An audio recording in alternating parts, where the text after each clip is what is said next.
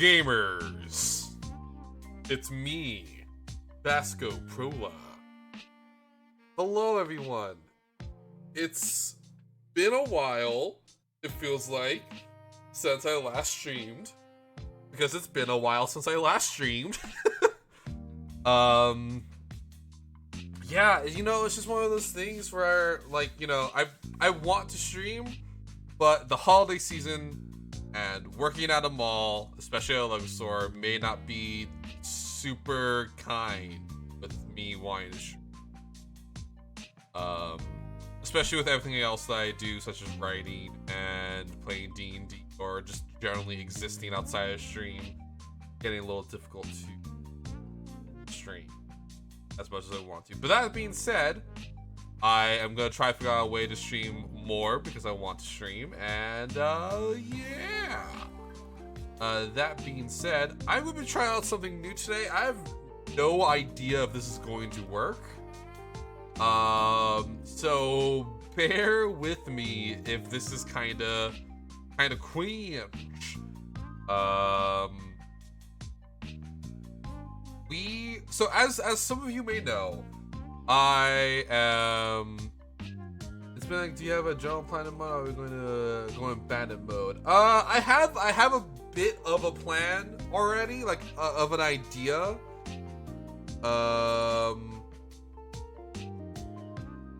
But so to kind of explain what we're going to be doing today, because Ryan already knows, being my friend and stuff, that I want to try to link my writing more to streaming, right? Because writing is something I do and something I'm passionate about, and streaming is something I do that I'm passionate about. So hopefully it can be tied together to some extent. Of course, that being said, I have no idea if it's gonna work out in the end. We're gonna see. We're gonna fucking just go for it, That being said, the intent is that we're going to be doing a writing stream where we. Okay, here's kind of the general idea.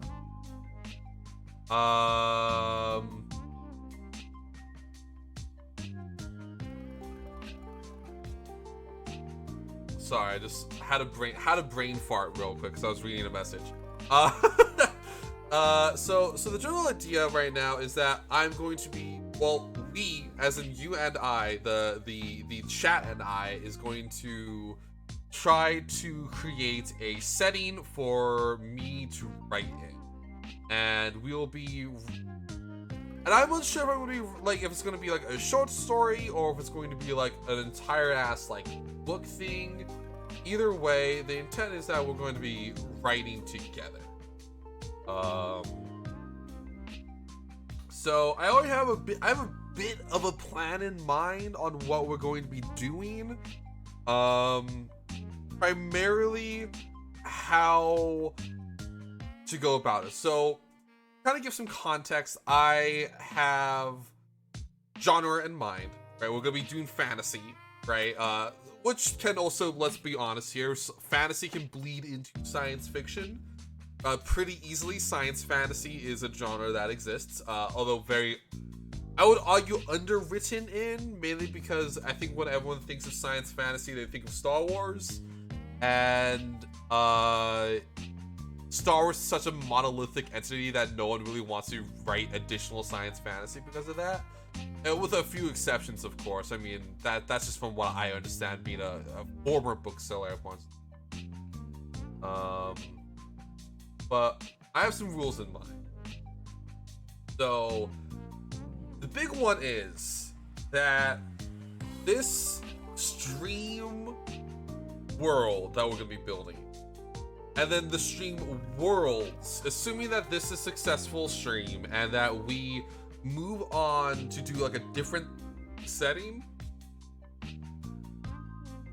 they all have to be within the same universe, or perhaps more accurately multiverse.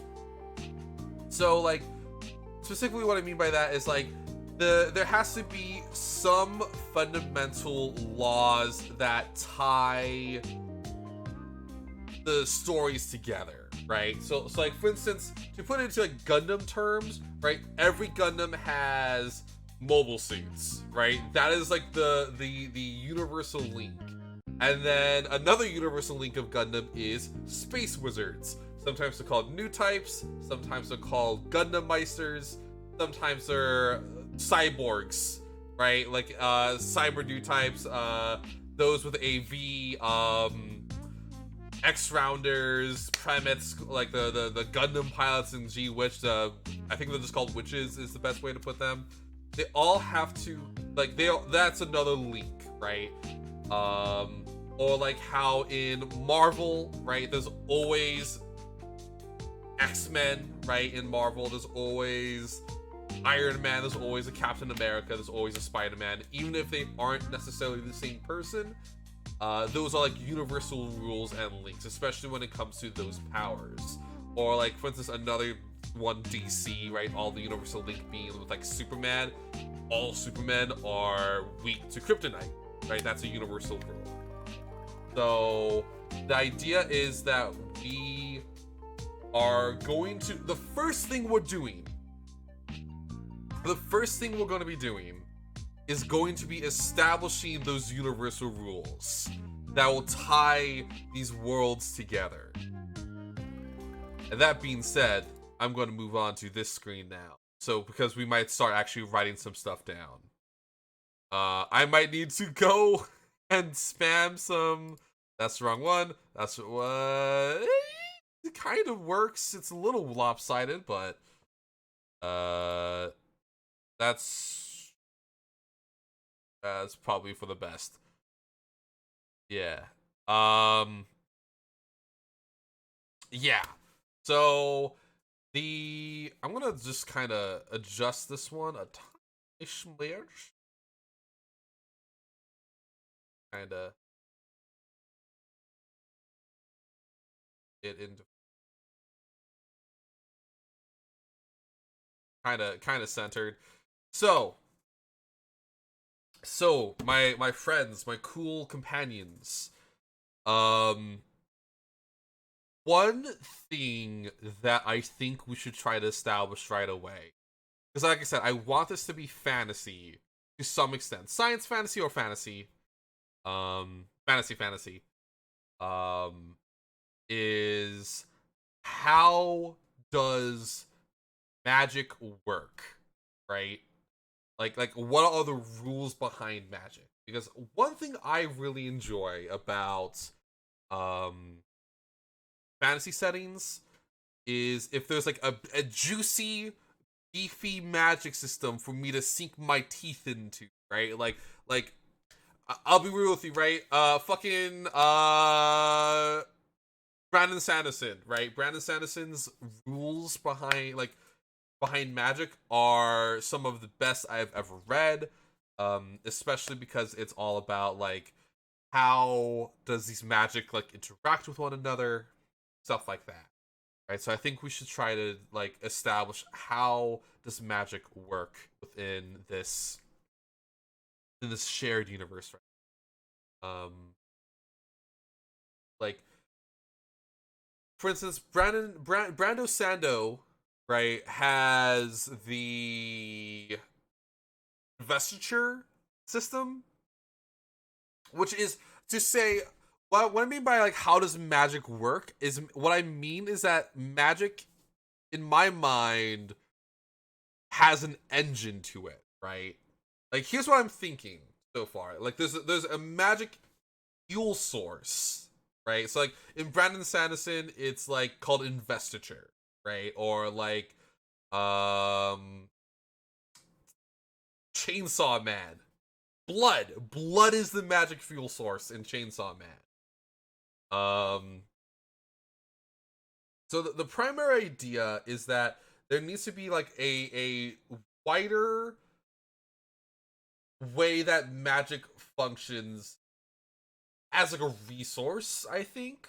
Or or fuck, even like let's go to like a fucking pretty, I would say like soft Yeah, hard like a chocolate filled with like a marshmallow in it.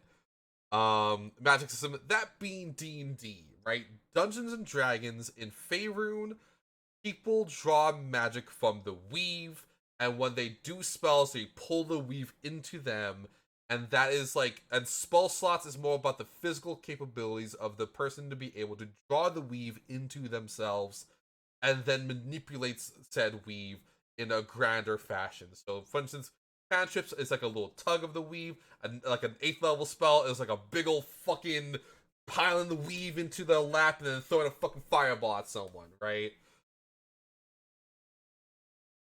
Am I speaking facts here, gamers? Also, let me turn on the background music so I'm not just sitting in silence as I hope for someone to respond.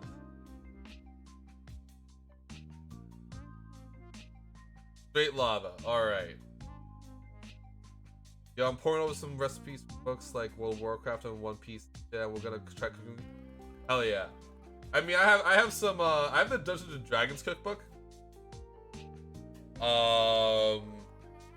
Which is pretty cool. There's one recipe I really like in the Dungeons and Dragons cookbook. It's like a, how do I put it? Yo, it's moss.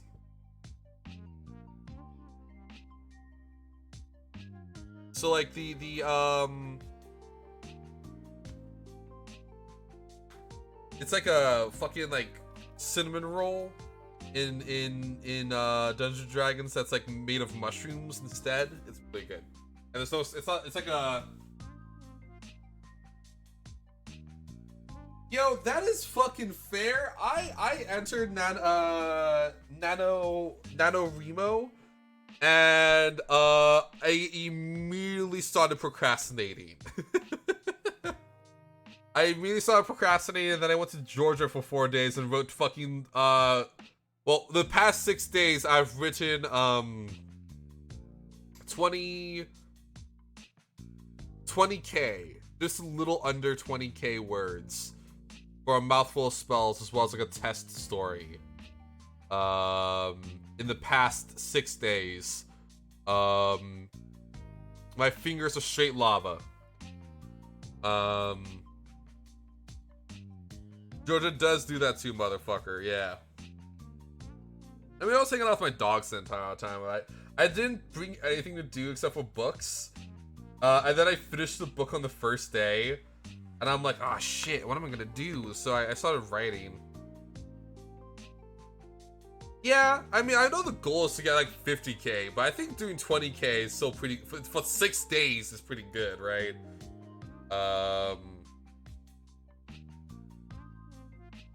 But yeah, so the whole thing is that the first rule I want to establish is how does what is the resource that magic is using this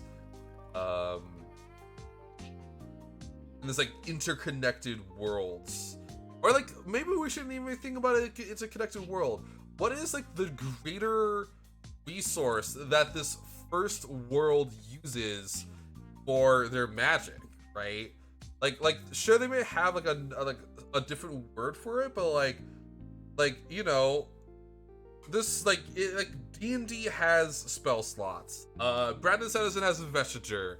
Malazan has the Hollands. The Daniel Green, motherfucking Daniel Green has the Grohland, and how the Grohland basically gives you radiation poisoning. So like the fucking greater resource is radiation, more or less.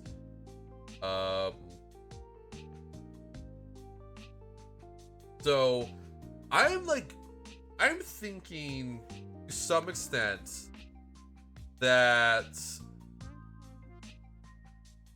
this might also end up becoming like a semi like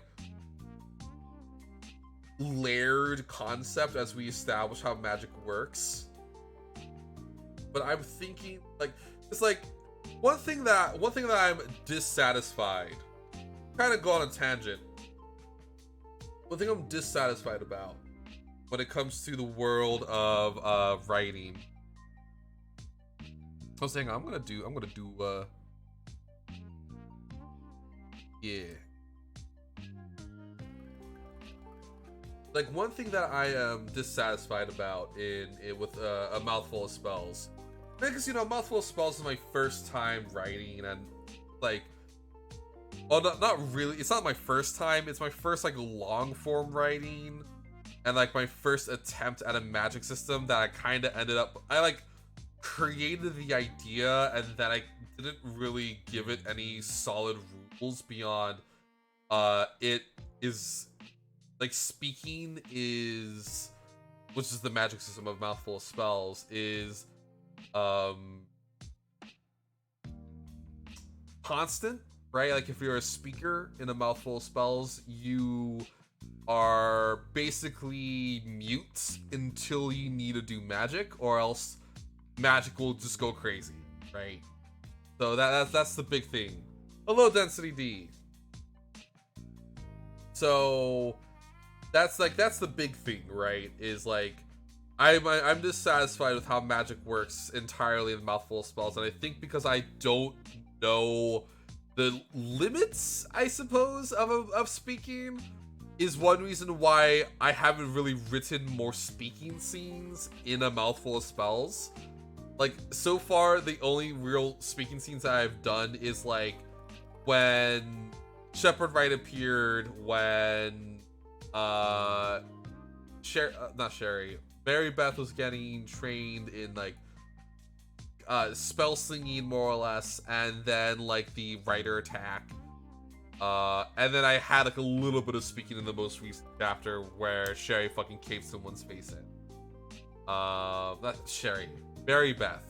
Man, y'all, having two gunslinging girls in my mind is not a great idea. Mary Beth and Sherry Poon von Mossman the Fourth.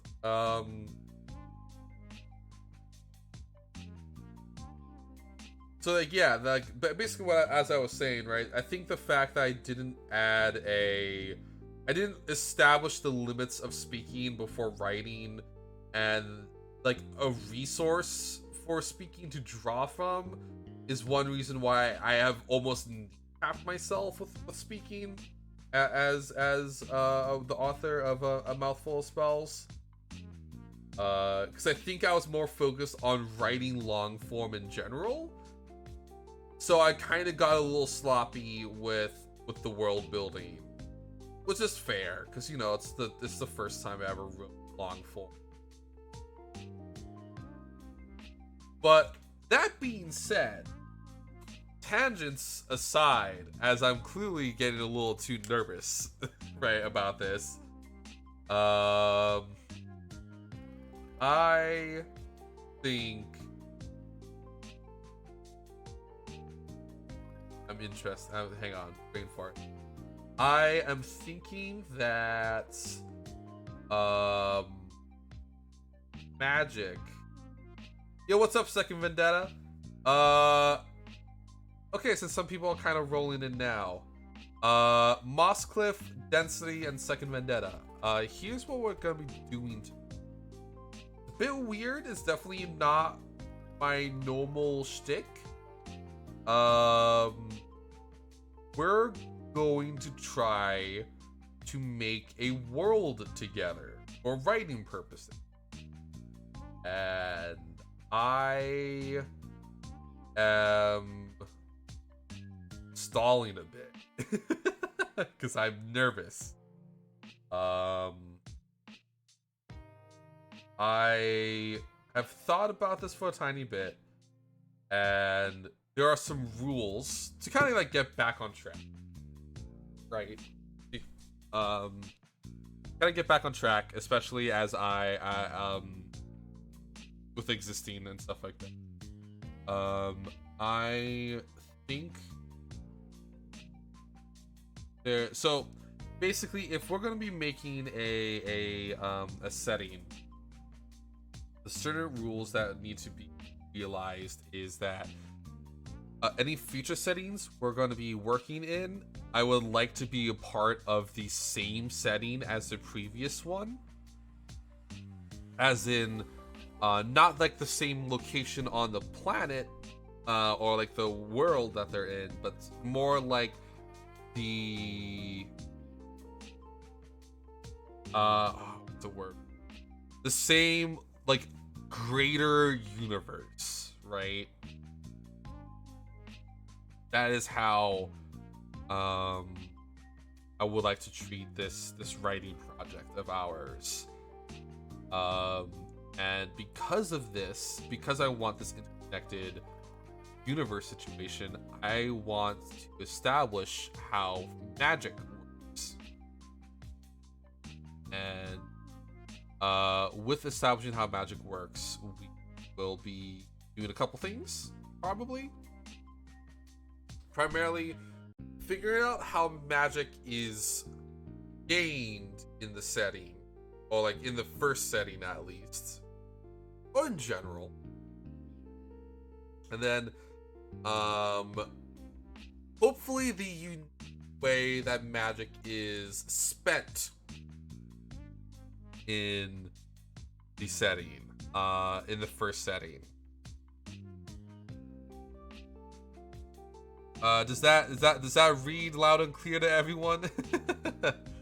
I know it's a bit of a weirder stream idea, a bit out there.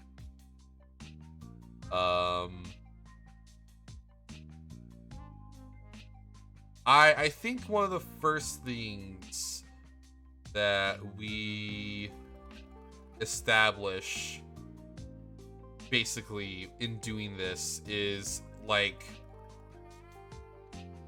I think to some extent, if there's a soul in this setting, and how does the soul interact? Right, hang on, I'm also gonna get something to drink real quick.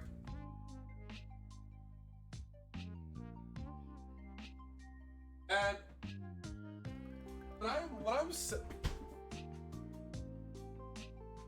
and like, I would like to also make this clear, right? I did not want this to be like, I would like to make this like a collaborative effort, because I think it would be kind of cool if, like, there is kind of like that inherent connection going into the story that y'all might be reading in the future, because you had a hand in creating that setting, right? So yeah, why, like, I have a plugin, sorry, slight side tangent.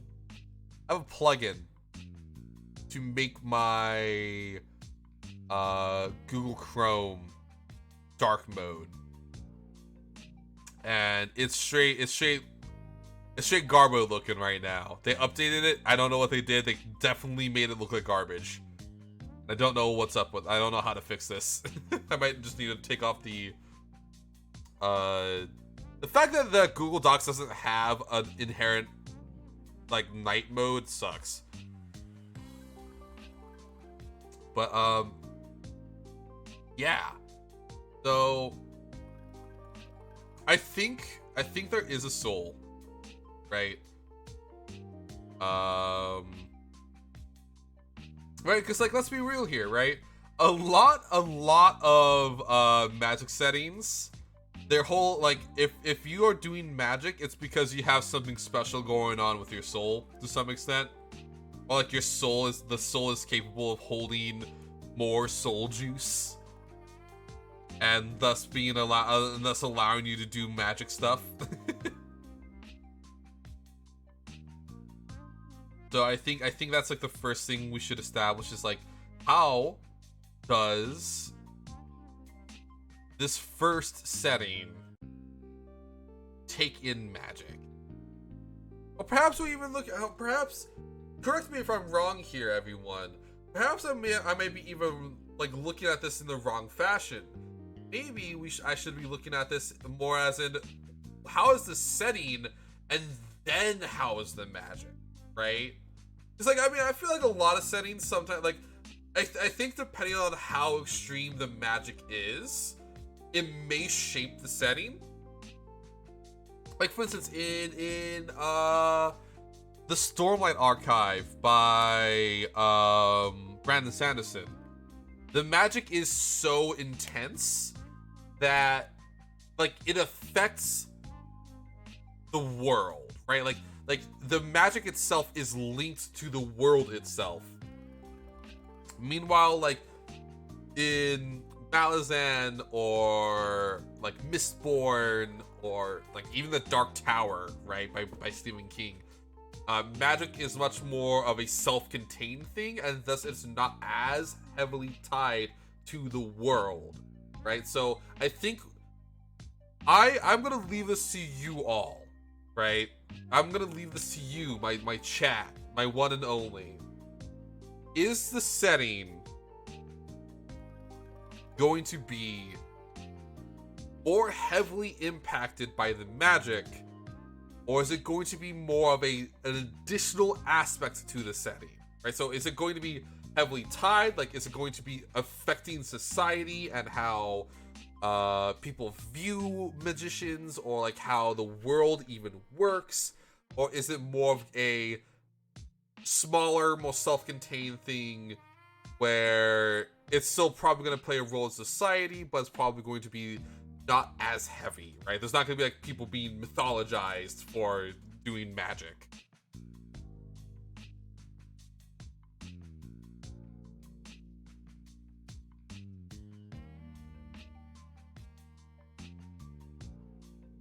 And again, just to reiterate, I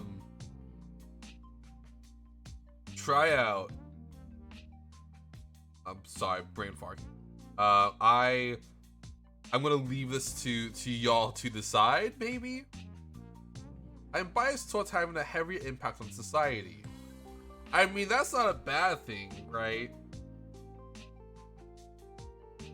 That's not a bad thing, having a heavier bias toward. I imagine that magic could be integral to the setting, like physics would be. You could go your whole life without even knowing it exists, but once you know how to bend the rules, you can do quite a lot. I think to some extent, Moss,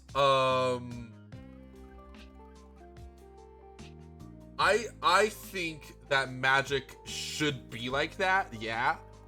I think that should just be a general rule on, like, if this is like a successful project and we make this like an interconnected universe situation, I think we should treat magic as like a secondary physics system, right? So like I think each setting, much like the Cosmere by Brandon Sanderson, we should, I think it would be cool if there is like this underlying rule of magic and like how magic functions, but that each setting has a unique magic system that allows it to exist within its own world and have its own impact on the setting. And of course, you know, someone from a different setting could potentially bring their magic into the same world, and since the overall settings have the same magic rules, they are able to kind of coexist.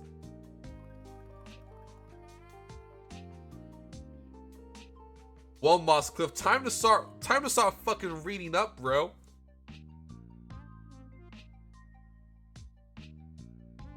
I'll be honest, this whole project idea talked about having a soul. But what if everything has a bit of soul essence to it, and a user can manipulate those aspects and adjust the essence to produce an effect? Okay. I'm liking the idea here, Vendetta. I'm gonna ask, can we dig into that a little? Yeah, Baba is you magic. Like let's dig into this a little bit. Like what do you think would occur there?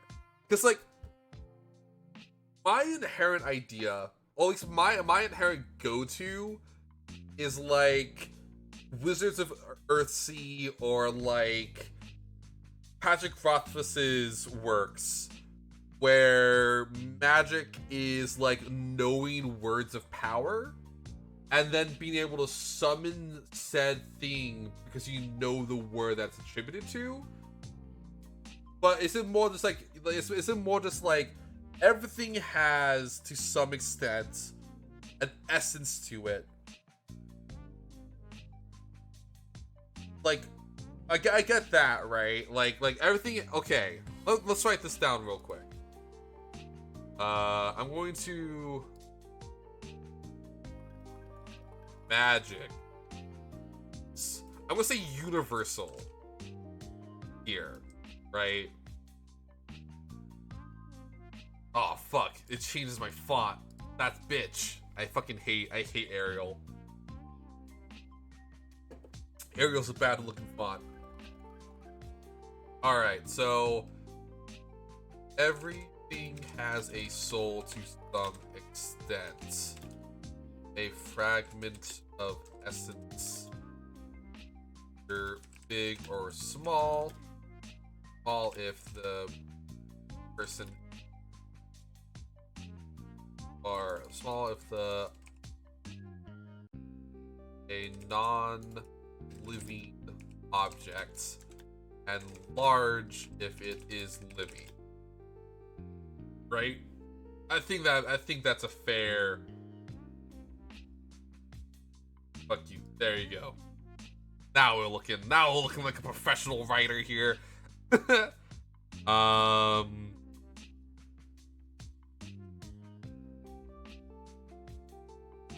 So yeah, so like everything has a soul to some extent. Like that idea.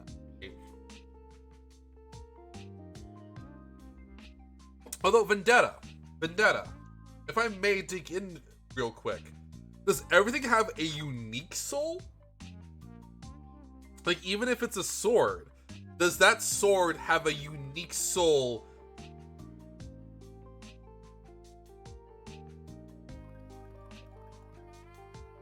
Yeah, I don't like Arial. Arial's is a bad looking font. I think Times New Roman looks the best.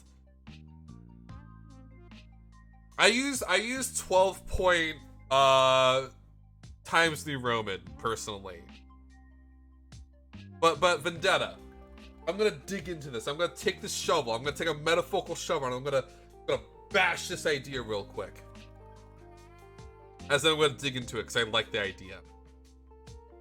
Does everything have a unique soul? Right? Like, is it like, is a soul more of the fact that it exists, or is it more of like a culmination of something's experience?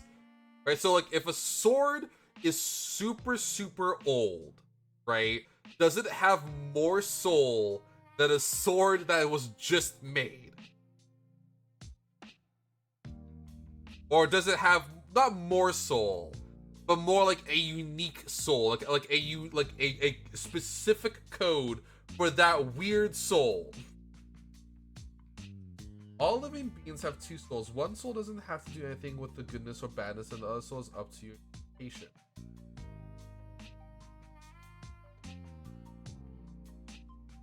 So with that idea, is it density? If I may dig into that one a little bit more. So if a living being has two souls, is there one soul that is more just like the physical existence of that creature? Right? So it has a physical soul. Not a physical soul, but like just the idea of it existing. And then the second soul is like the thing that gives something a cognitive thought. I feel like it would have to its original basic essence, but also has experience could not be counted. Ancient Stories tool could be more potent than the standard. Soul is a sort of universal code. Living things have two. One for their existing, for their.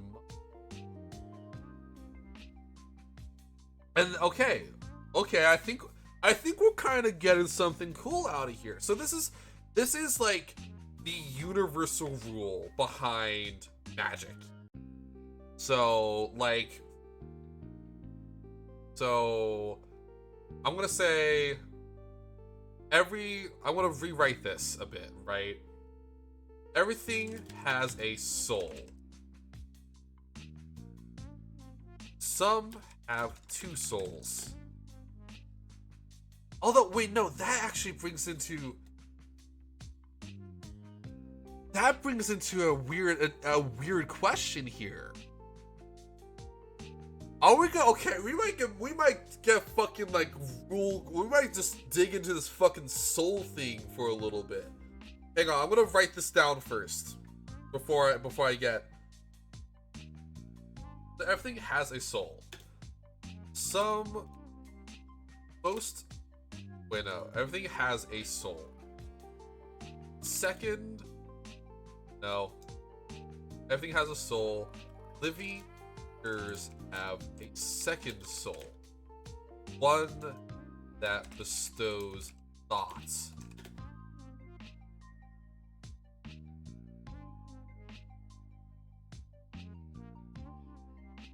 Or one that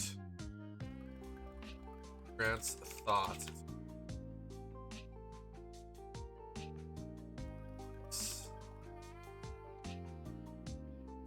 While the first soul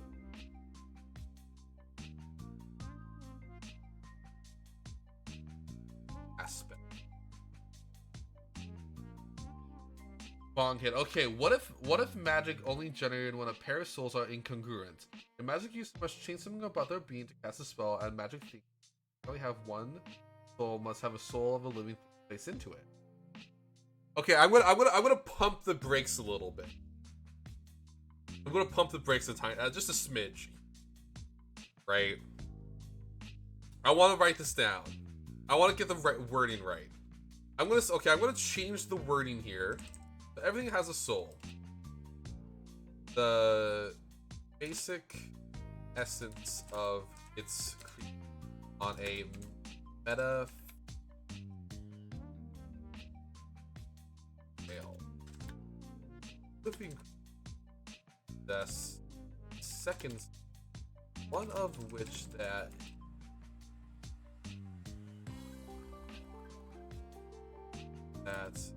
grants thoughts.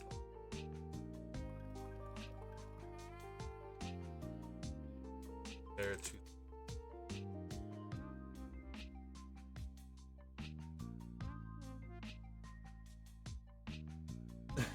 Orion, I'm gonna throw you through a window.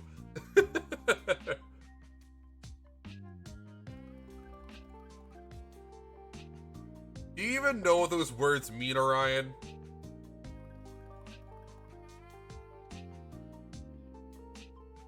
You boomer of a cat.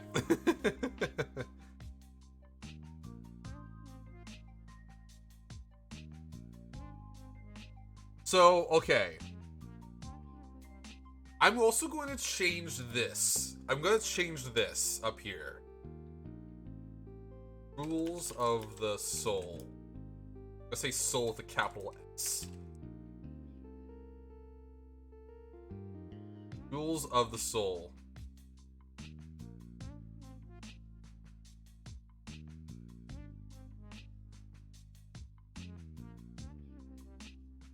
I'm gonna pump the brakes a little bit on soul manipulation here for a second. Primarily because I feel like I'm also trying to establish some like a physics system here. So I think before we figure out how we break physics, we should at least figure out how physics work. Right? Does that does that make sense? Like, we should, before we try to make a rocket ship, we should figure out how to rock falls properly.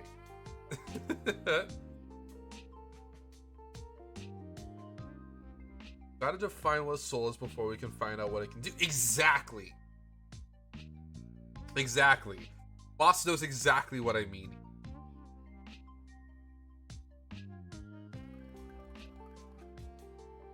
So, like, the soul. What is... This also brings into an interesting question here. Where is the line drawn with everything, right? I said everything. Everything, right? Bolding it even, so it's easier to see. I said everything has a soul. What is the line here with soul? Or like with everything having a soul? Does air have a soul? Right? Like, does the air we breathe have a soul? And like, what about the ground? Does like an individual grain of sand? Does it have? Is it just many, many, many extremely small, probably as small, if not smaller than the grain of sand itself, souls exist, or sands, or like the grains of dirt? Like where is the line drawn with everything? Because like, I'm down for the idea of like something like a chair having a soul, or like a sword having a soul, but that also brings into question some more of the minutia of what does everything have a soul mean.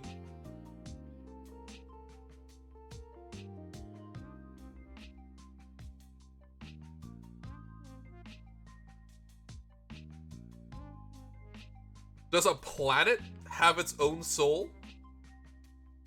Like does to some extent, would a planet have its own soul, or is it more just a greater being comprised of many, many, many souls, almost like that of a multi-cellular organism?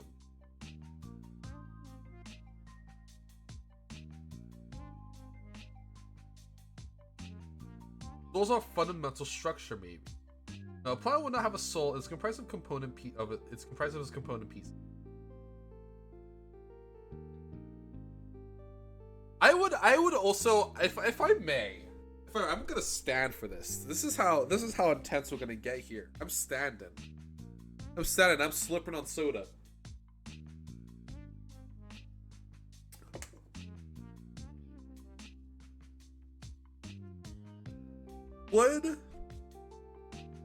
I would argue that with how we're treating this already, a world does in fact have its own soul. Now, if that world, like, I don't think that world would be like conscious of the soul. I think it would just have a soul. And that is because of like the core of the planet, right? Like, the thing about it, right? The core of a planet is a layer of infinitely hot rock, right? That is so hot that chemically and probably atomically they're indistinguishable from one another, making like a planet alloy, right? So like following this logic, I would argue that Earth has its own soul. Like, assuming Earth has this magic system, or like this, not this magic system, but like this rule to it, right? I would argue that like when the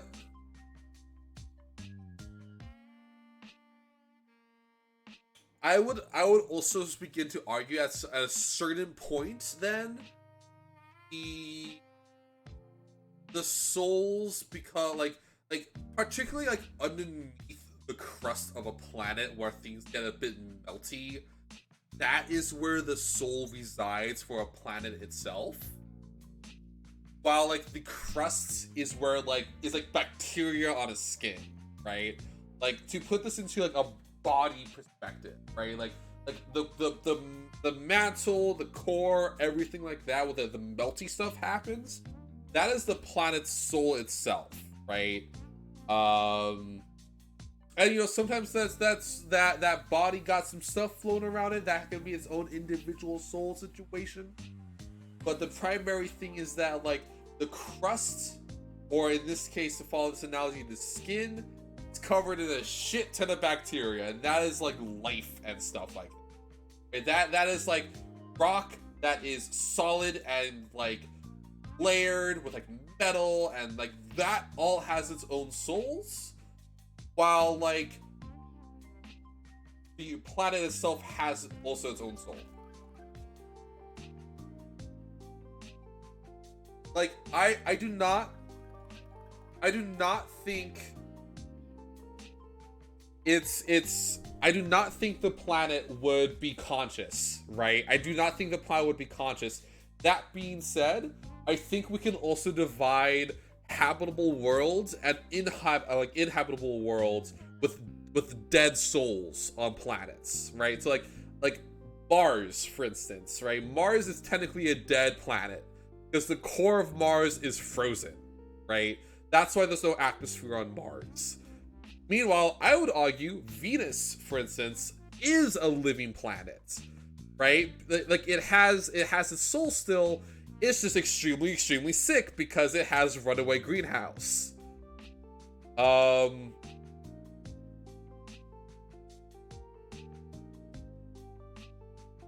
It is going well. We're doing some weird shit. We're talking about soul physics.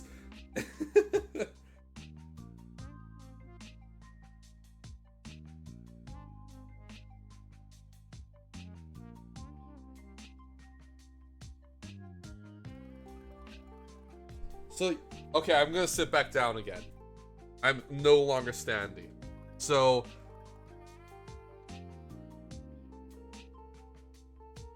I would not say uninhabitable planets lost their second soul. I would say that an uninhabitable planet's main soul has either become inert, weakened, or dead. Like it is no longer able to function to some extent.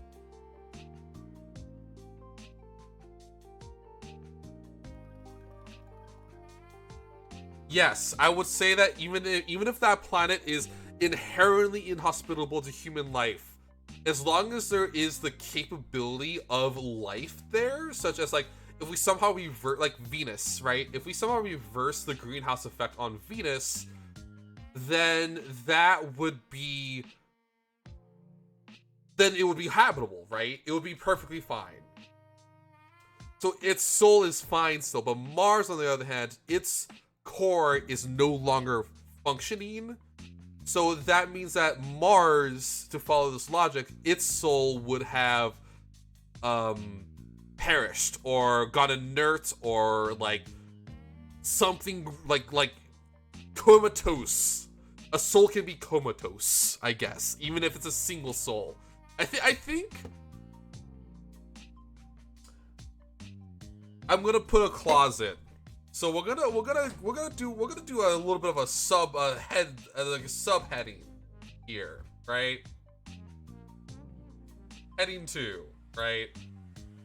Get that fucking aerial shit out of here. Can I make Times New Roman my fucking default? How do I do that? Hang on. Can I?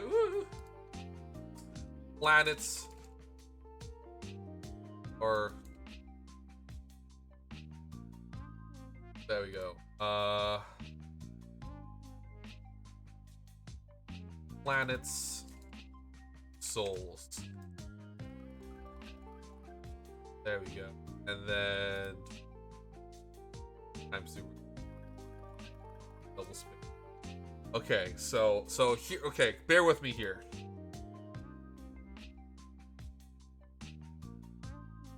I would argue that Mars, that would be more of like I may rephrase dead. I might say comatose. I would say that Mars is not an inherently active world soul. I would say that Mars' situation would be more akin to like we would be alien bacteria growing on a body of someone who's in a coma. We'd be a mushroom growing on someone's back who's in a coma.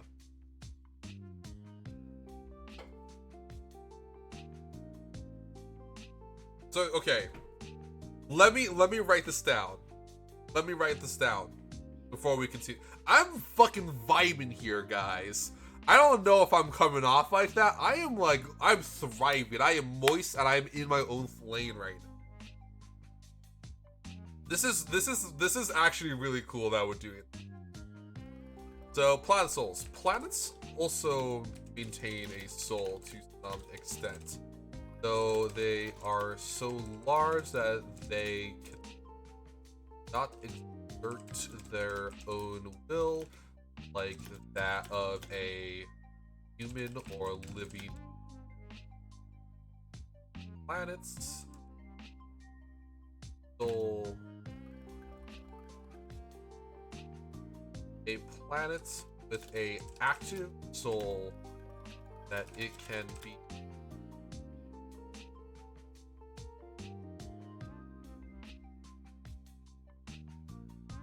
A planet with an active soul that it can inhabit eventually by life. Planet, a planet with a dead pain world by the lack of atmosphere.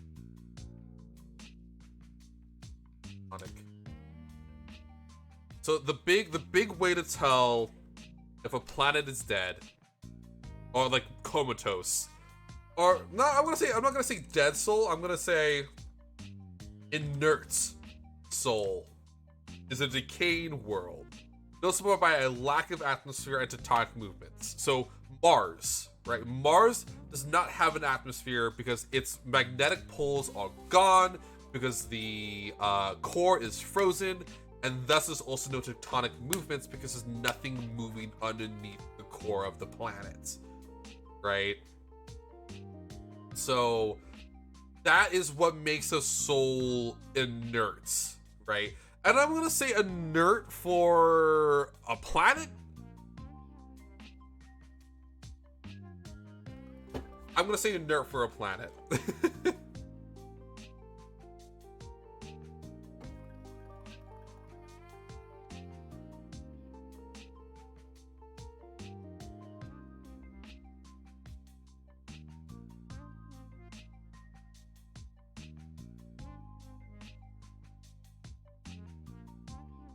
This is like, I think to some extent, if this is definitely like universal rules. I think at this point, this is like macro scale rules. This is like physics, right? But magic physics. I think this is the divide.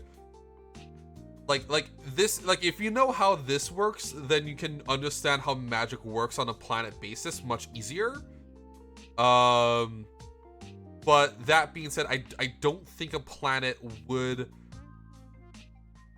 unless like a very special case, I don't think a planet would be able to manipulate a soul to such an extreme extent unless there's something weird going on with it, right?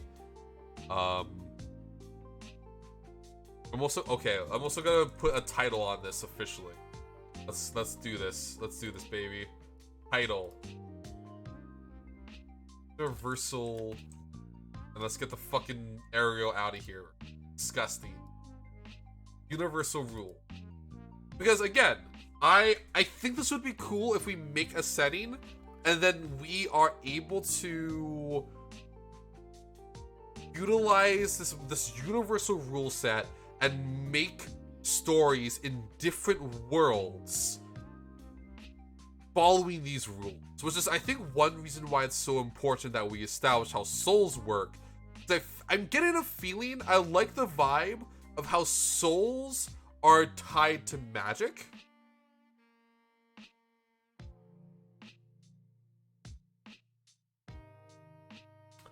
That being said, bear with me here. Bear with me. I'm gonna give y'all something here. I'm gonna hope that sounds cool. So planet souls. Beneath planet souls. A soul on a planet influenced by the planet's soul. It's active or inert. If one is raised on, or if one is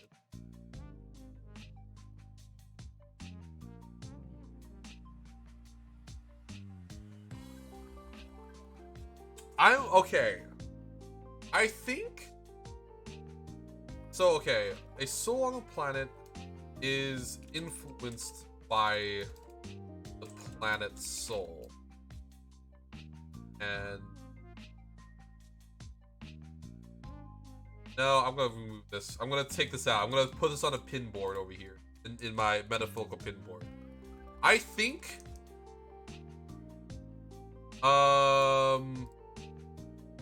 that a planet's not planets. Mosscliff, to answer your question, that's what I was trying to say. I think a soul is not necessarily destroyed as so much it is placed in a different state, which may make this not a soul so much as like, oh no, that would make it a soul still. I think a soul can in fact be destroyed or changed. I think a soul can also be created, but it needs to have the proper method of being created, right?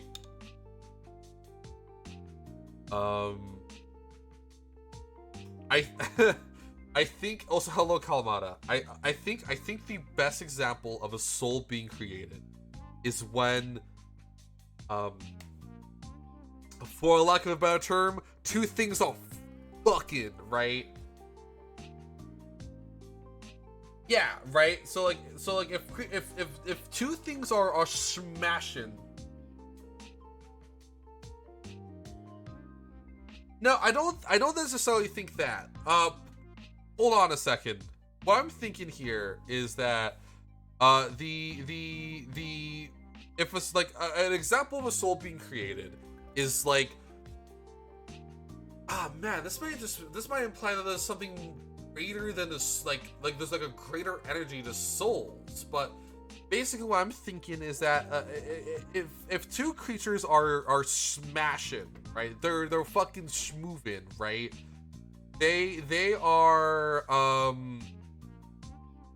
with like the purpose of like reproduction, that is, right? Procreation.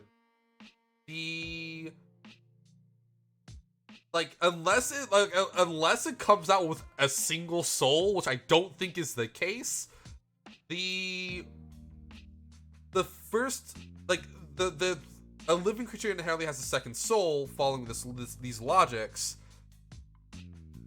So that happening, not only there's two souls being created, right?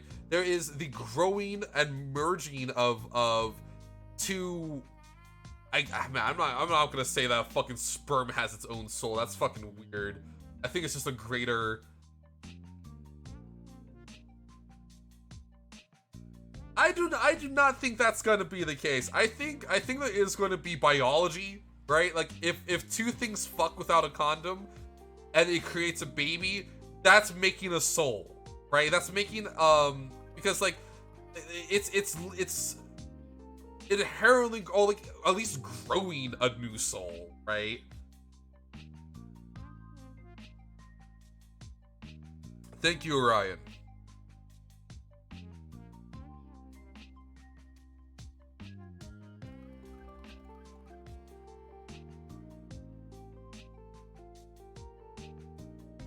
I think it's like an example of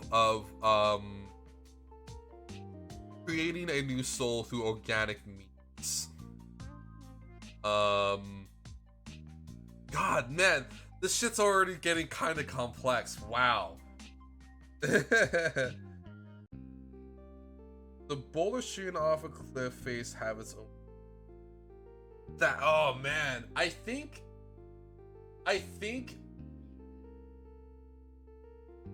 Here's the idea. Okay, I'm putting this fucking nail in here. I think unless it is a living creature, a being, well, not a being, a object that possesses a soul, which is, I guess, all of them, will possess the same soul in the broad scheme of things until otherwise changed, right? So like a boulder coming off a cliff face, right? Like let's say like this boulder was once part of a cliff, and then that cliff gets fucking bashed by lightning, and that lightning causes that fucking boulder to explode, right? Like that cliff to explode, and then that boulder comes fucking tumbling down. That boulder on like on a soul level has the same soul as that cliff face, but it is a fragment of that soul, right? So it is overall the same soul, and potentially even part of the world's soul. But it is now like, it is like cutting. Ah, man, how do I put this? Like in this situation, it would be like cutting hair, right?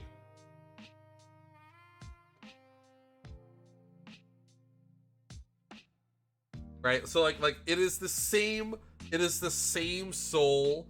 It is just a smaller fragment of that soul, and then that soul can also just like rejoin with the other souls, right? So like it is not a new soul when a boulder is like blown off of a cliff face, or like when a tree is turned into a chair, like two different chairs, or when iron is brought from the earth, right? It is the same soul of that object, just a fragment of that soul. I think what changes that is when it is a living creature, because I feel like the living creature soul has a influence on the object soul that the body has, and makes that unique, right? So like two people standing side by side, if you were to yank out their cognitive souls, or I guess like cognitive essence might be a bit more of a better way of putting it, their souls would be unique because of that, right? Just because the cognitive juice has has stamped itself onto that soul. I think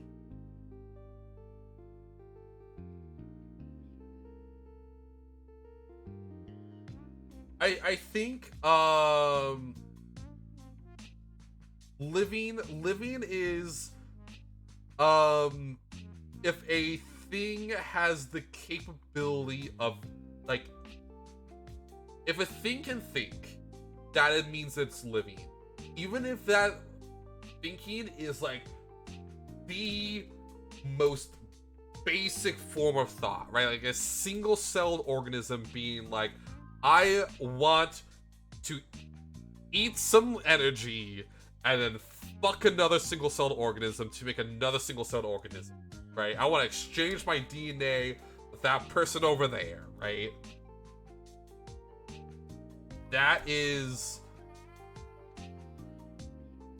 a soul in its own, like that is living, right? I would say like if it can be declared as living in today's society, so like bacteria, viruses, ants, dogs, birds, if it can be declared as a living organism today, it is a living thing in our setting, right? And so like a sword inherently isn't a living thing, right? So thus its soul probably is more comprised of like the iron it's made out of, right? Like the object soul. And I do not think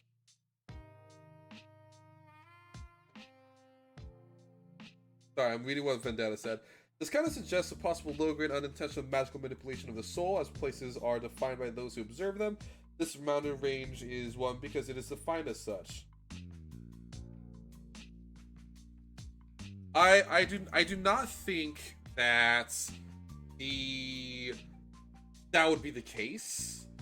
I more refer, so when I say like a cognitive soul having a impact on the object soul, or like the cognitive essence, is that like that soul, so like if two people are born without cognitive souls, their object souls, if you were looking at them from if you like somehow are able to look at things through the soul realm, I guess, you would only see two outlines of an individual, right? Like stick figures or silhouettes, right? Like the most basic form, right? There might be some influence on how they look in real life, but like without the cognitive soul or the cognitive essence, they are not capable. Like that soul is not gonna change. Now, if you were to yank a cognitive soul off of someone who's already existed for a while, and then looked at that soul, like that body, through the soul view, I guess, their soul would be the shape of the person in the physical world, because that is what the cognitive soul thinks of itself.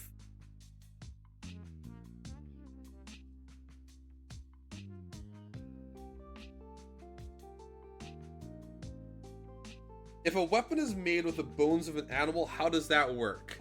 I think death. Let's define death. That's a good idea. Let's define death. Death in this is when the cognitive essence is separated, like the cognitive essence and the soul is separated from the physical, right? So like the inherent disconnect of a person from their body, their cognitive soul is removed and they die, right? Their body, like either from being stabbed, poisoned, dysentery, or old age. That is their cognitive soul leaving their body. And then when that occurs, their soul is more of like an object soul. Like that, they are no longer a living thing and are now an object. That sounds fucked up now that I'm saying it out loud, but that's what my thoughts are taking me here. So if you were to like bring a bone from like a cow and then make that bone into like a sword hilt, that does not have a cognitive soul anymore.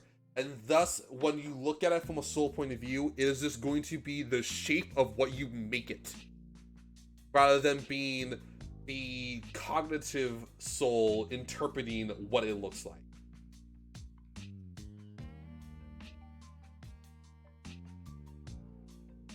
I would say yes. The cognitive essence would be attached to the cognitive essence. I have an idea how to explain this. The cognitive essence is the bridge between one's soul and their physical form. And because of that, their physical form dictates the changes of the soul, which could implement some pretty interesting things. Like, imagine, imagine, if you will, someone's soul getting like swirled around a little bit. Their body might have a fucking aneurysm about that, because the cognitive essence is like, this is not correct. This body's not correct, and I think I just made a body dysmorphia a canonical thing in this world, in this universe.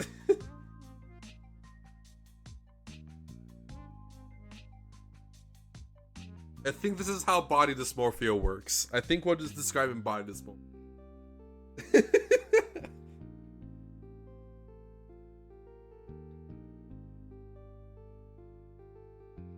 I'm gonna write this down.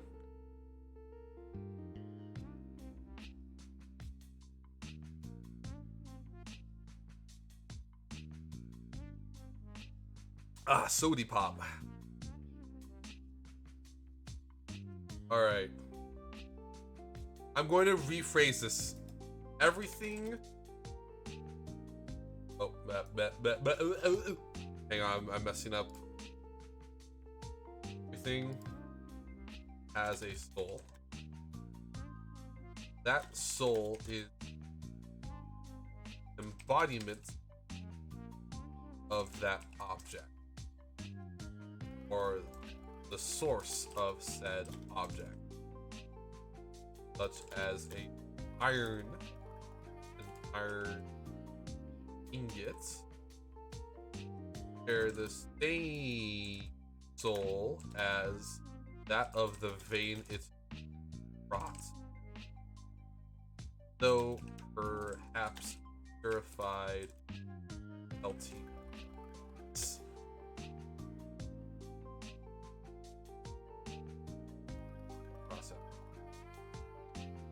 Living creatures possess cognitive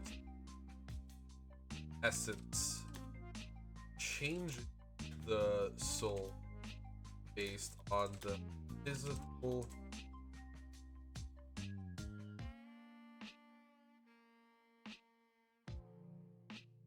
body. So, to reread this, right? Everything has a soul. That soul is the embodiment of that object or the source of said object, such as an iron ingot share the same soul as that of the vein it is wrought from, though perhaps purified somewhat in the smelting process. Living creatures possess a cognitive essence, which changes the soul. I don't want to sound like on a soul level. Based on the physical nature of that being. It is the bridge between body and soul. Well, okay, I'm gonna say, let's rewrite this as the physical and the metaphysical. When someone dies, their cognitive essence is detached from their body, and no further change can occur save outside their own bird's corpse.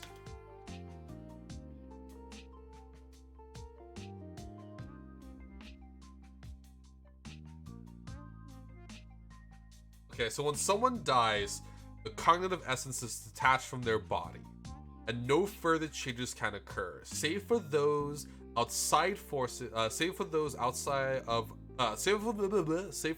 outside forces with their own cognitive essences, such as birds eating a corpse.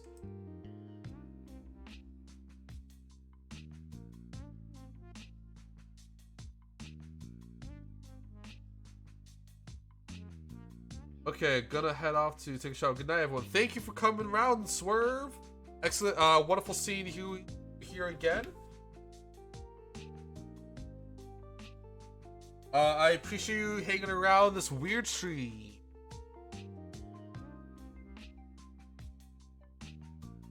So how does that sound, everyone? I feel like it's a pretty good summary of what we have described so far. Yeah, fucking necromancy would be wild in the setting. I think let's move on to how magic I feel like magic affects the soul and not the soul affects magic. Would everyone agree here? Right? Would everyone be like, yeah, this is kosher?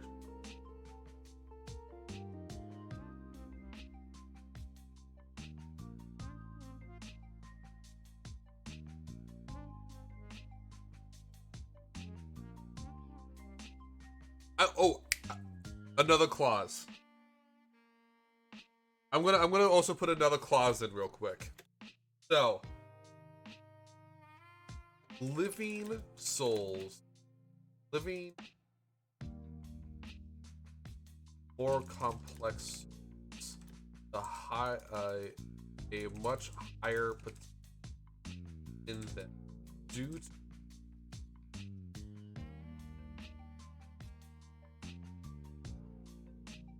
just gonna put this little clause in this. A little clause here. Living creatures have more complex souls. A much higher potential is thus within them.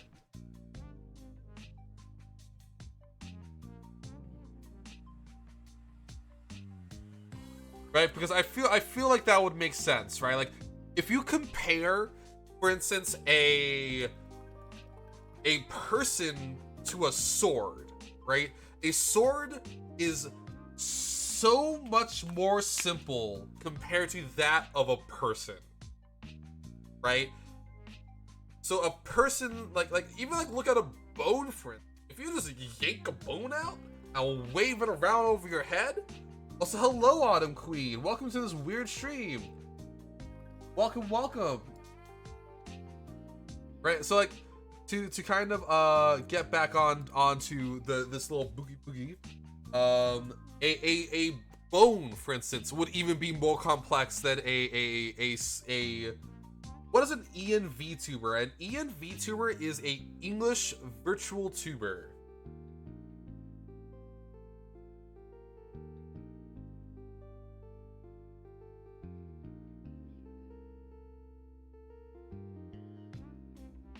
Or more or less a hey yo, my dude.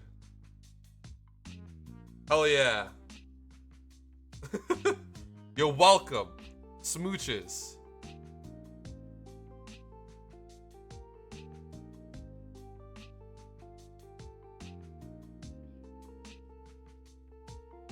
So yeah, so like a living creature has a more complex soul to them, right? Because like even like let's like get like fucking like pedantic with this one, right? Like a bacteria has so much more just physical stuff going on with them than like a sword does. Like even like chemically speaking, right? Like chemically, like the fact that a bacteria thinks, stuff like that, right? I think this cognitive essence is wrought more from the complexity of the object than it being inherent. I might also just fucking throw that immediately out the window because I am not gonna even try to comprehend the idea of a computer having a soul, which I know is ironic considering what I am. That being a robot. How are you doing, Nano? I am more using Nano as a reason to write more. I already have like a 50k word story that I'm working on. But Nano has officially made it 70k, so that's pretty cool. Oh, more like 67k. You know, pretty close. I'm not gonna like actually compete or anything in Nano though. That's just, you know, just me.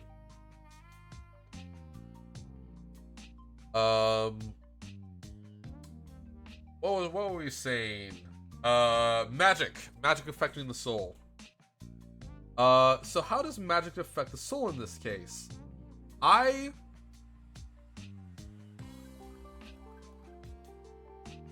Fuck. Oh shit. Okay, how am I gonna word this correctly? I think that a world, right, has the capability of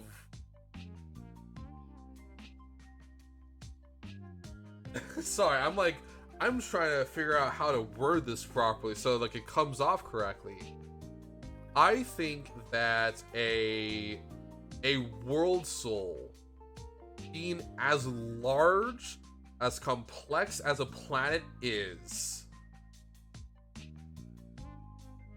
has the capability of... No, I'm not. I'm backpedaling. I'm backpedaling a little bit here. I'm trying. Oh man, this is hard. This is like I'm like walking on an eggshell right now, motherfuckers. I'm not sure how to word this properly. I'm thinking that a world has its own magic system to some extent, much like Brandon Sanderson's work, but also much like CV stuff, or I was even argue Isaac Asimov stuff. And that is influenced by several things.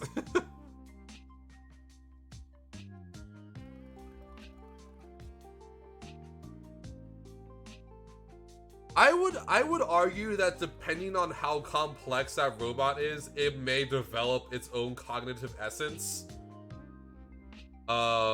Especially if they somehow manage to make a machine more inherently self-running. So like a car, for instance, would not ever develop a cognitive essence.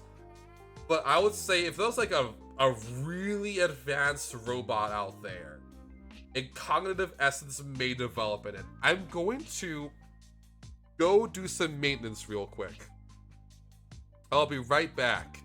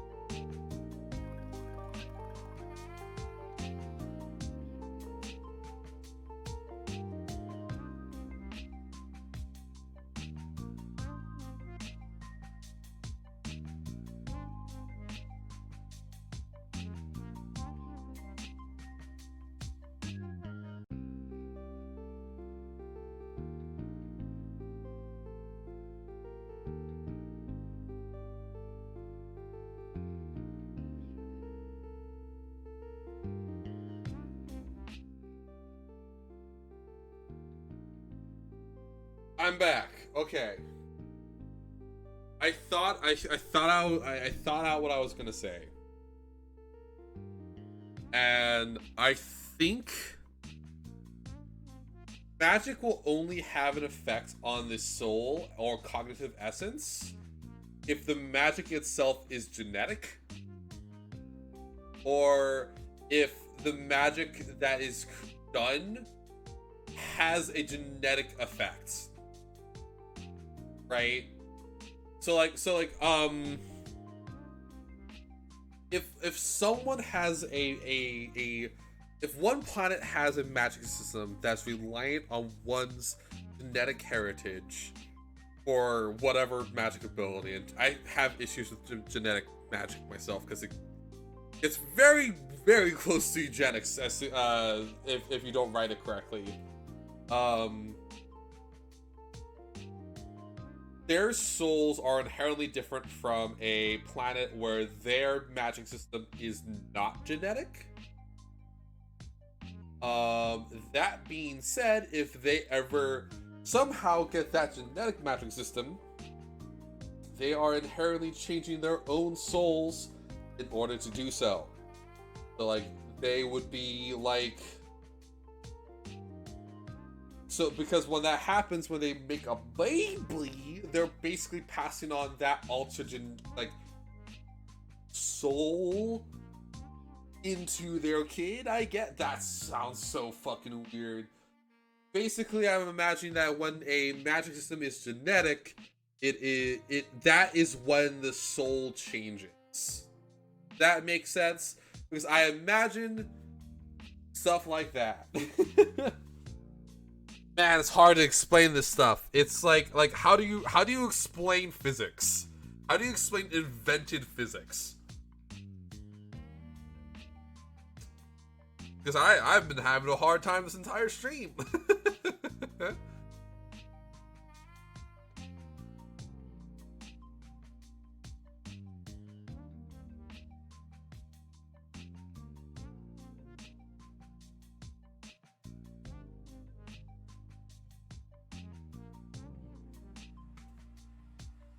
Alright.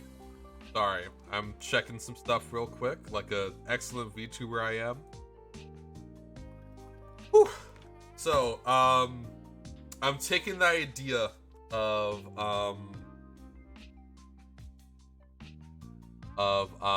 altered soul stuff and throwing it straight into the bin, unless the magic has an inherent changing effect on one's soul, or not soul, body, be it genetic or otherwise.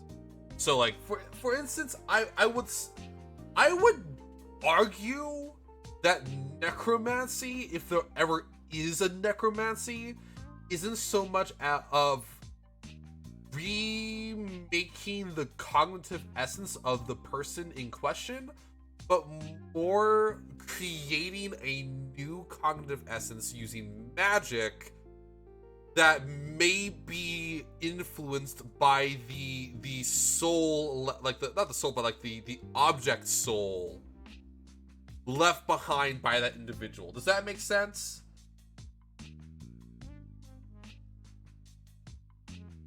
So like if you ever do like true necromancy and there's like thought behind it and stuff like that, or like the person thinks, that is not them returning. That is a new cognitive essence. That is basically a baby, and it may be affected by the physical like attributes of the body in question. So, like, for instance, if there was like I would argue if there was like a brain there that was like still relatively intact, like it was like a fresh brain, the cognitive essence there may still even be able to retain some of the memories of the person that they're now inhabiting, but that cognitive essence is inherently not the same person. And that's in the case of necromancy, or of anything like necromancy, which may actually be kind of an interesting situation considering what we're talking about here.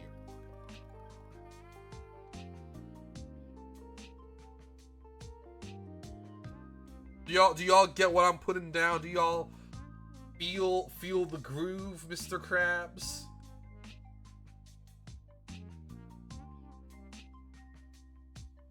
I feel the groove, Mr. Krabs.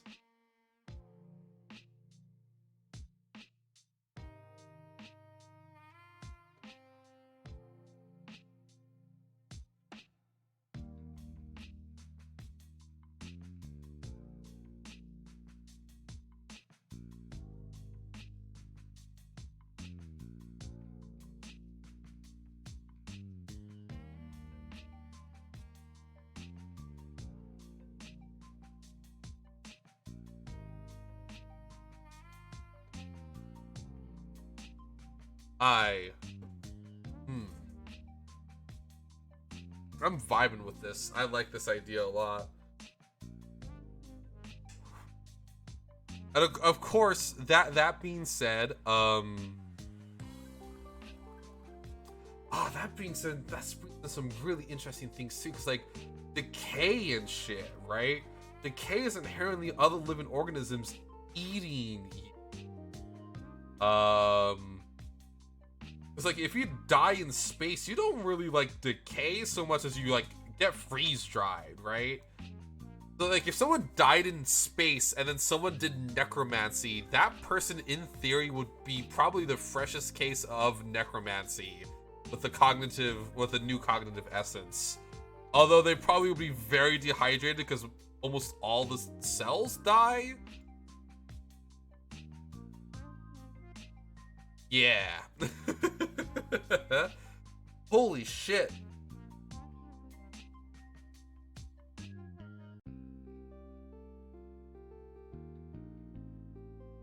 I'm gonna write down some stuff real quick. I'm thinking this out a little bit. So oh fuck. Levels.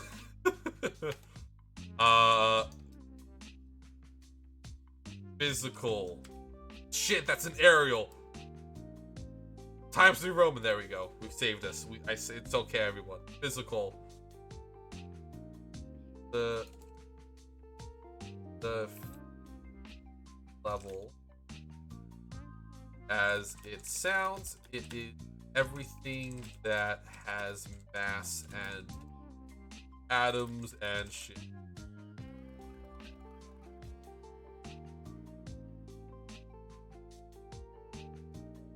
All right. I don't want to say like cognitive. I feel like the cognitive is like pretty tied to. I'm gonna say like magic, like the magic level. No, I'm gonna say, hell yeah, I'm proud of you, Ryan. So soul level. This is how the soul appears. The basic and most fundamental object.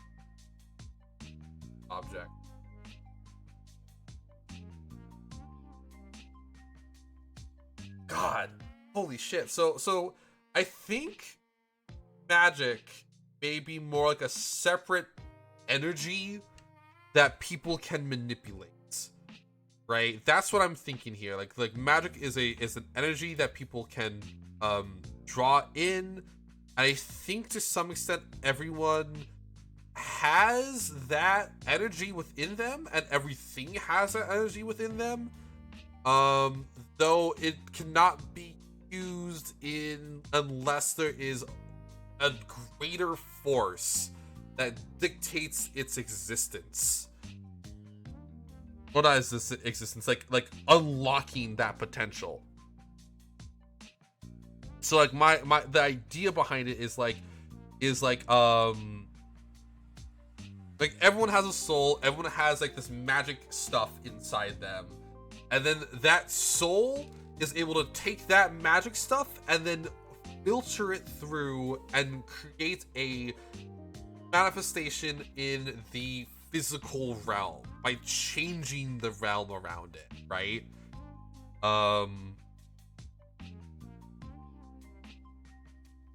So like for instance with necromancy, let's focus in on this necromancy whole, like this necromancy like thought process that I've been running with for a little bit.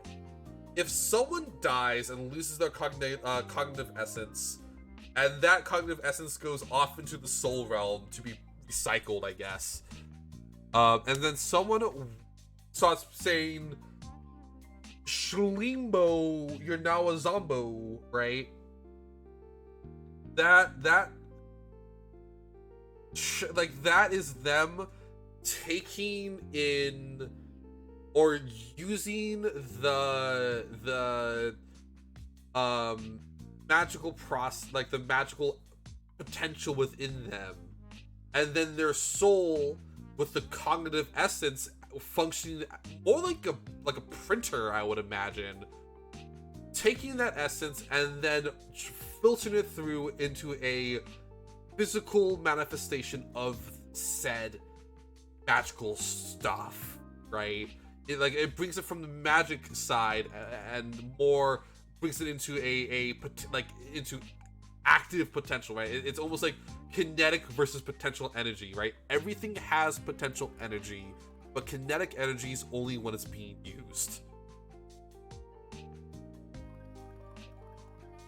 And I imagine to some extent, it may also work almost like a little bit like Aether from Final Fantasy, where like people can like start recharging that stuff by like sleeping and drinking and eating, or even fucking breathing. But like depending on the planet they're on, it may result in like their recharging may be different, right? Like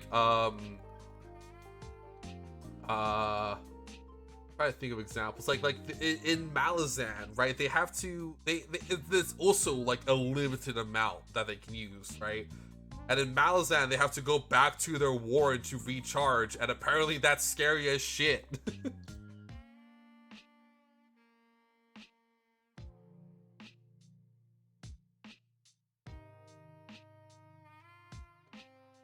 Is that making sense to everyone? Are y'all catching what I'm putting down here? Please.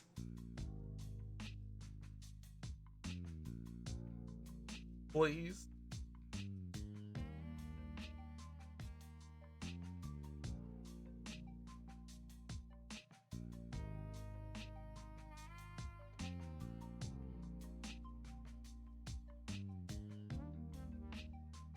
I think it makes sense. And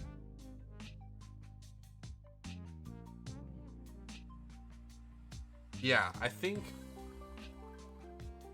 I'm gonna just erase this. This not necessarily needed, but I'm going magic stuff. Yeah. Oh, fuck yeah. Google just wait. Holy shit, Google just auto does it. That's cool. TM. So, magic is a force, is a energy, or and that now need everything that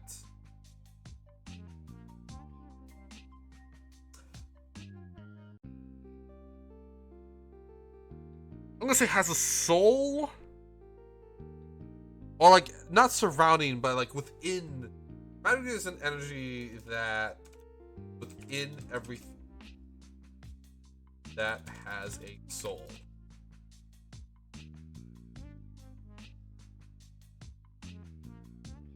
When magic is used, their cognitive, the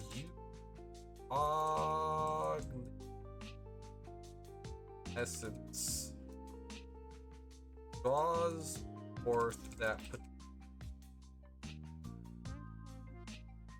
magical energy and then spends according to the laws of that magic.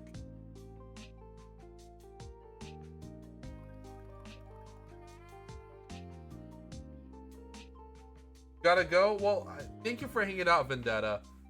I hope you have a wonderful night.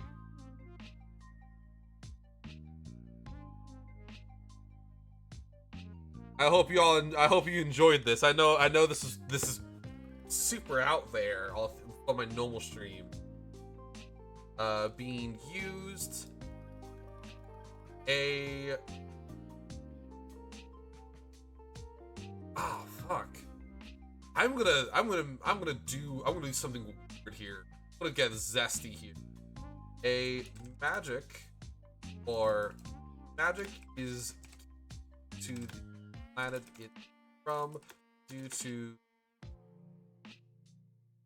of the planet, while not impossible. Magic planets. No, hang on, I'm gonna how do we just keep the planet in from? Thus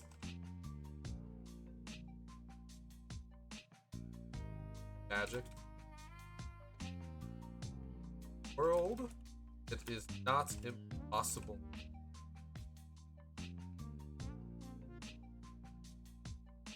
Yeah, not impossible to.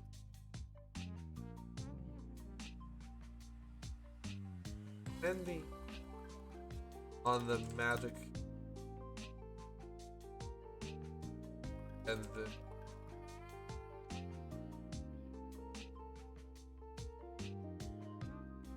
other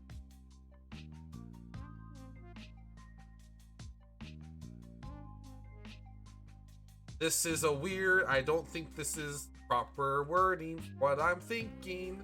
I'm hoping it's good enough.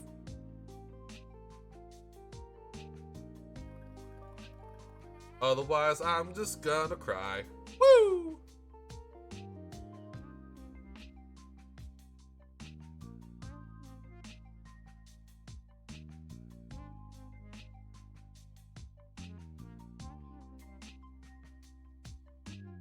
Ah, shit. Okay, I'm gonna get.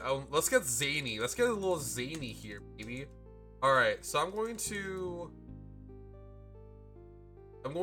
change this around. Planets have their own souls due to the complexity of soul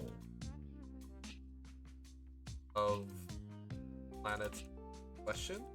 Hello, long time no see. Boats go time. Let's get fucking boats go. Get fucking boats go up in here.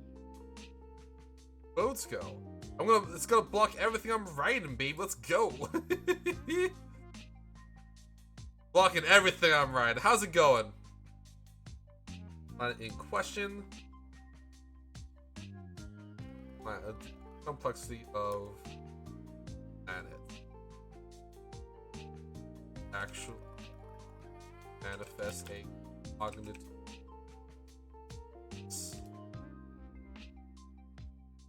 No, I'm gonna hang on, backing out of this.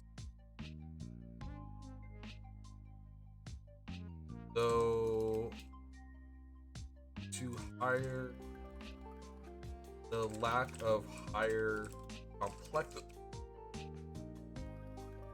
Plants do not have their own cognitive souls, and if they most practical.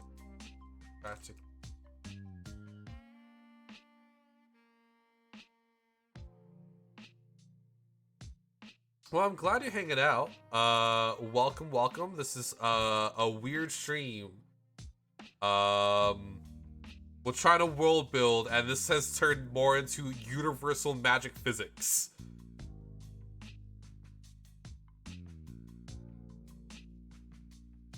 So, you know, it's going great.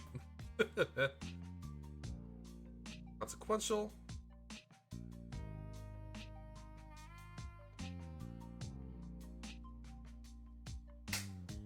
Let's get fucking weird here. What if there was a god?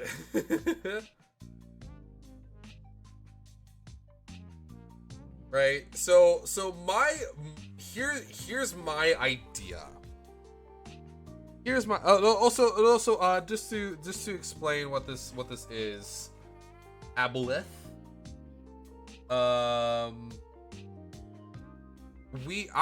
doing a little project where we are going to be sharing, well, not sharing, but like collaboratively working on a world, like on world building.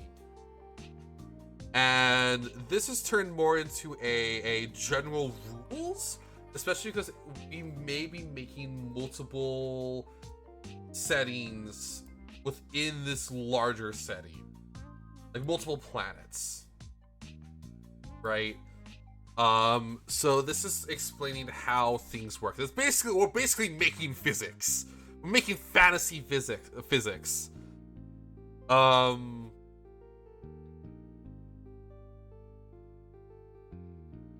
I am going to explain this very oddly. I'm going to write it out first and then explain it to you, because I feel like this is going to be better for me to do so. So let's all hear. Let's just all be patient for just one moment, please, while I write this out.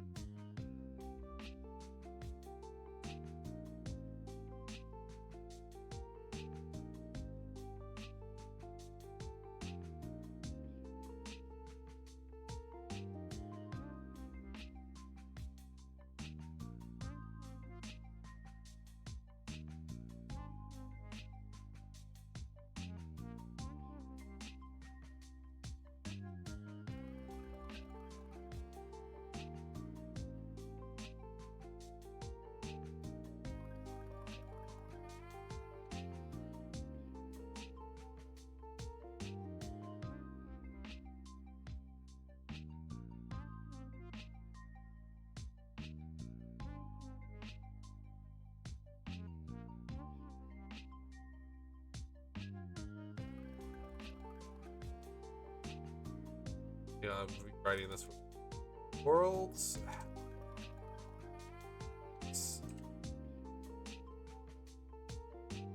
Compared to that of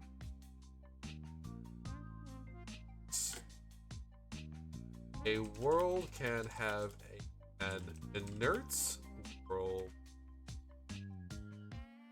world that is currently hostile life. Great effort habits have an active goal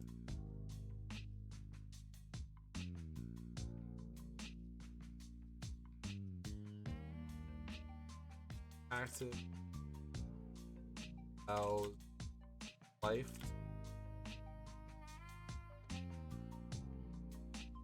and may host to higher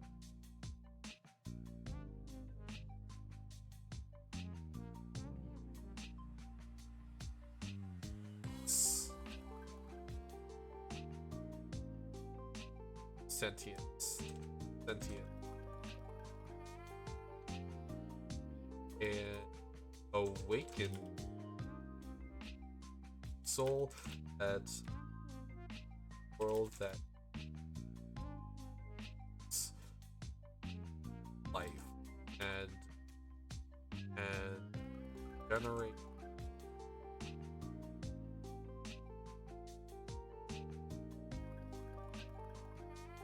well as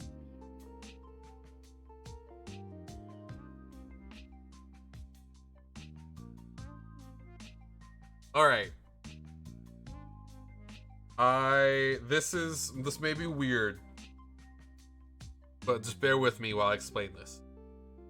A world soul, a planet soul. I'm gonna say world soul because that sounds cooler than planet soul. A world soul is, so every planet or world has their own soul. They do not have cognitive souls or cognitive essences. But if they do, it would be so immense and slow that it probably wouldn't even really be of consequence. Nor would the world even really have an ability to like enact on the cognitive essence. Which is one reason why I think it doesn't. I think it's the inherent inability to act that stops a cognitive essence from at least put fully forming. There are 3 states I'm thinkings of cognitive of world souls. That being there is the cognitive a world can have an inert soul where it is inherently, that basically meaning as it is currently standing and has always standed at moment of creation. I'm also going to undo my bode. Time for me to no longer be bode.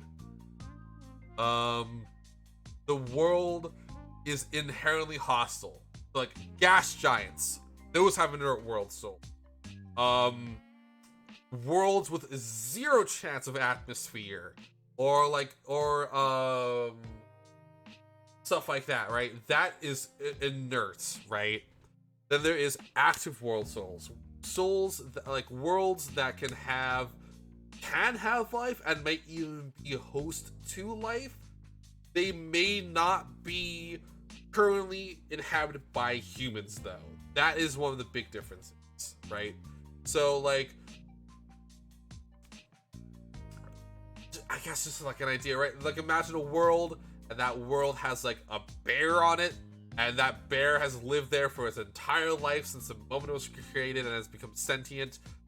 Not sentient, but like, you know, it exists, right?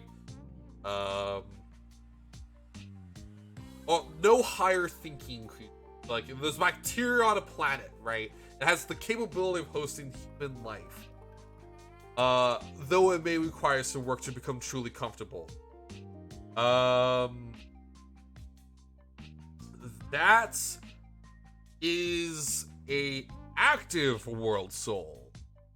Now, a world soul that is awakened is a different thing altogether.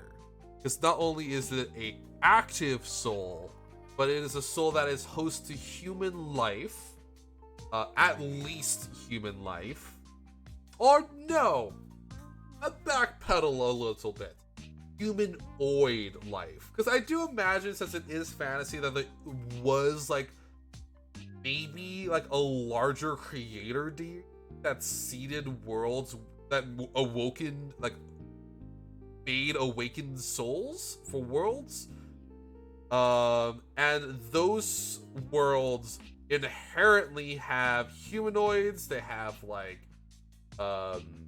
plants, they have animals, they and the big thing is that they all possess their own keyed magic. That being the magic essence that is within that world is unique to that world. That being said, I do think there is just a blank form of magic, but that needs to be created rather than inherent. Also, reminds me of how I made undead magical come into slug-like creatures that come from another plane where there's no land. They crave stimuli because they don't really. Yeah, like we're just like we're doing crazy stuff like that, you know. Doing crazy stuff like that. And we're gonna maybe make a universe.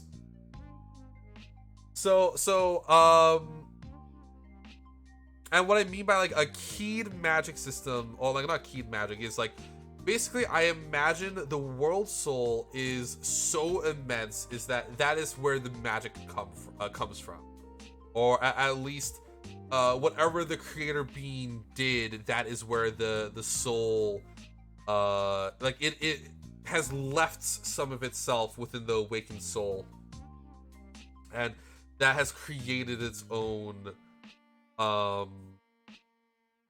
and that allows it for magic to be created, right?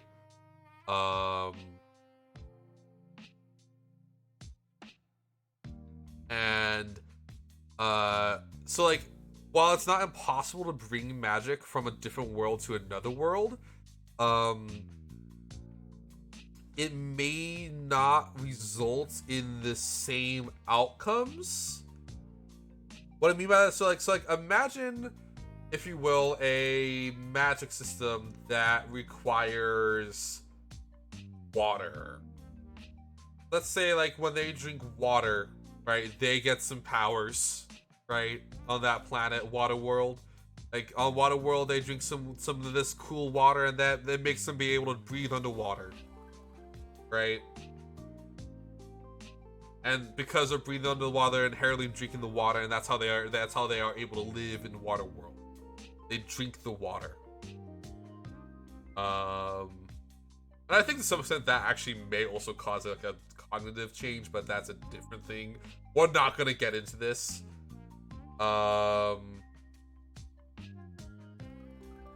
And then someone from that water world is like, I'm gonna hop over through this weird portal that appeared to I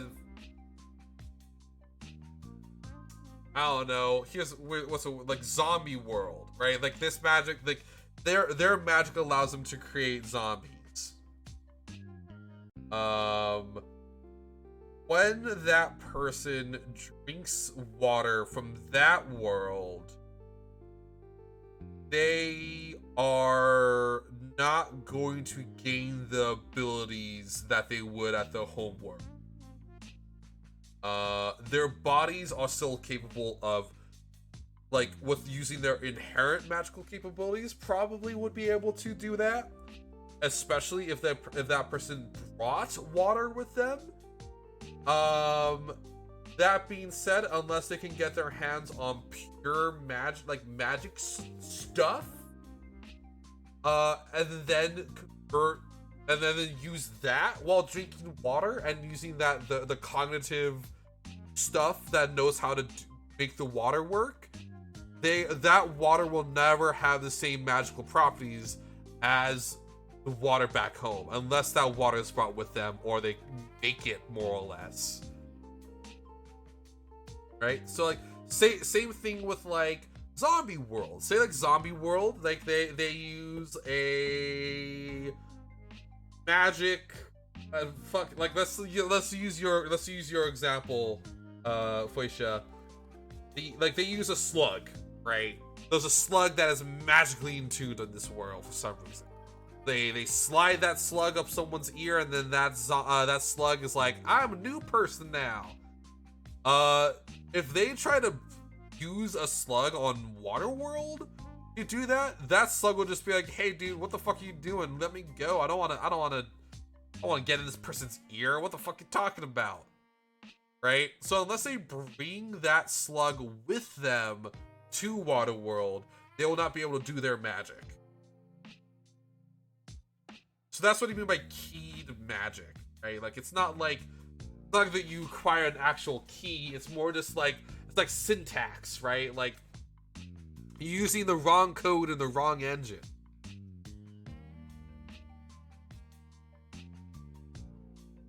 Taking Java and going to JavaScript.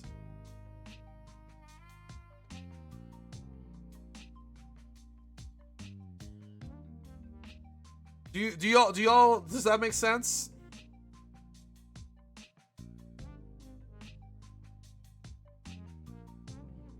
I hope it does, because it makes sense to me.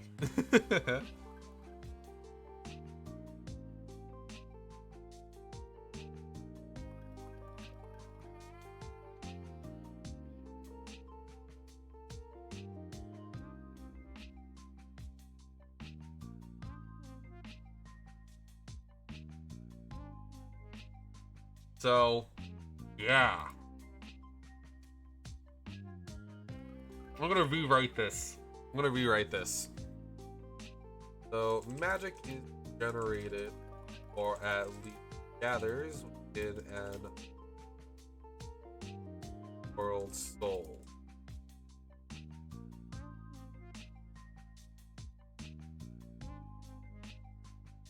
Entity. fragments of itself.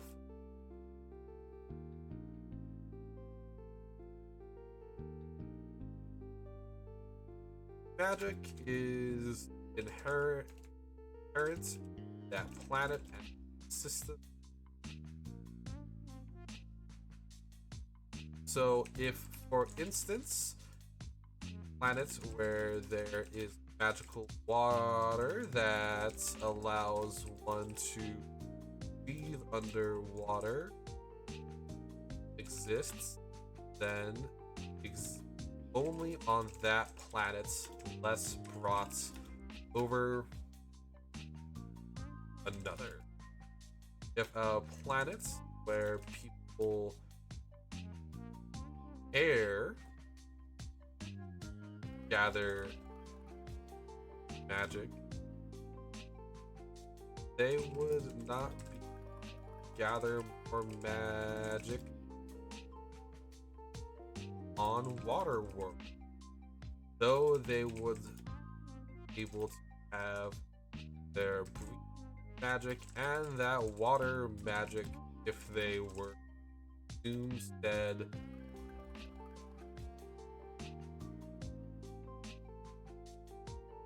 Also, magical people are inclined to become more likely. Now that makes sense.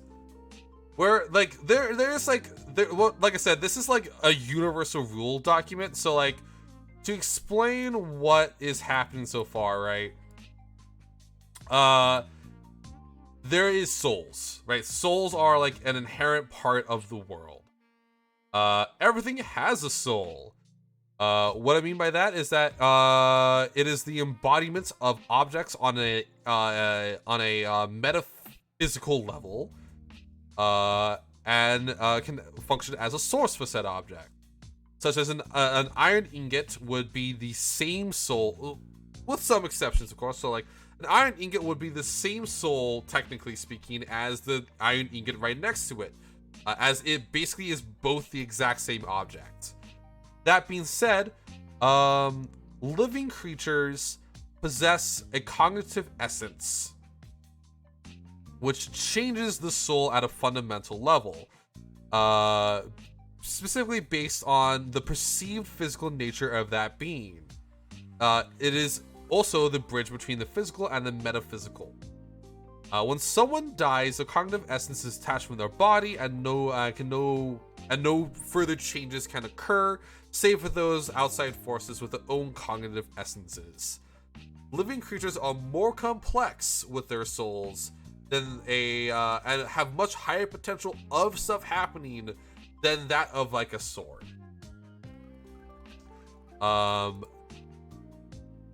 That being said, what I mean by perceived self, it's like if you see yourself as a certain way, then your soul will be that way, unless even if the physical nature is not the same.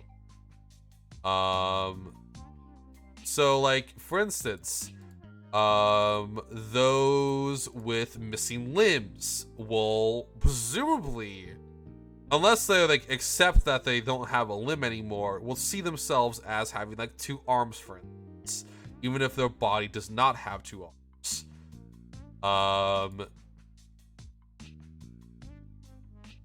Same thing with like body dysmorphia. If someone thinks that they are a female in their soul, then their soul, if someone were to look at their soul, would be a female version of their body, even if it isn't already. So, to also explain, if 2 people are born without cognitive essences, then their souls would be pretty much identical, because they would be basically just like a mannequin, like a basic outline of a person. That being said, planets also have their own souls, a much greater soul, I would say. But due to the lack of higher complexity, planets do not have their own cognitive souls. Rather, they have, cognitive essence. And if they do, they would be really slow and probably wouldn't really have a major change on, like, if it was even able to. right? There are 3 states a soul can be in. Oh, world soul, that is. There is inert, which is basically inherently hostile to human life. Active, which is not inherently hostile. It can host, but it may require a lot of work. And like, there might also be life there already, but is not possessing of higher thought beyond like eat and sleep and fuck. There's awakened souls, world souls, which is basically how there are multiple people on different planets. It's because there's a creator deity or entity that created things and they put them there and they made a bunch of humans and them throughout the universe. And awakened souls have humans and higher thoughts, or humanoids I would say, and then higher thought processes. And then they are also magic. That's how magic forms. Magic is a energy that is within all objects and is generated primarily within the world soul. Magic is inherent to that planet and the system it uses. So for instance, if a planet where people drink water that is magic and that allows them to breathe underwater exists, then they can then that only exists on that planet, unless it is brought to another planet, but it will never be generated on another planet. If a planet where people use air to gather magic exists, they can still gather magic through breathing on that planet, but they will not be able to do that on Waterworld. They will not get any magic bonuses from breathing on Waterworld. They'll just be breathing normal air. Though that being said, if someone with that magical power from magical air world drink some of that magic water on Waterworld, they would be able to have that breathing magic as well as water magic if they were to consume the water. That being said, the air magic would be diminishing with every use they use of it until it's gone and they have to return back to air world. Same thing vice versa. So if someone would have water world and bring water world and bring that magic reservoir with them to air world, they would have both magic systems, just one would be inherently decaying due to lack of proper refilling unless it is brought with them. So that one they can bring like a water bottle with the magic water, drink it, and then start using that. So I think we more or less made magic physics. I feel like there's some things we should probably establish, like how would people travel between worlds? I think there might be some like realm stuff going on there, but I'm thinking I'm gonna call it here. Mainly because it seems that the one, it's getting a little late and I do have work in the morning, and it seems that the fire has kind of simmered down for the time being on ideas from both chat and I. So I am gonna call our stream here. And that being said, I had a lot of fun this stream. And it seems like y'all had a lot of fun too. At least I hope so. I am gonna raid someone. Yeah. Who's online? Oh, is that the Horatius the Dwarf? Yeah, let's fucking raid Horatius the Dwarf, baby.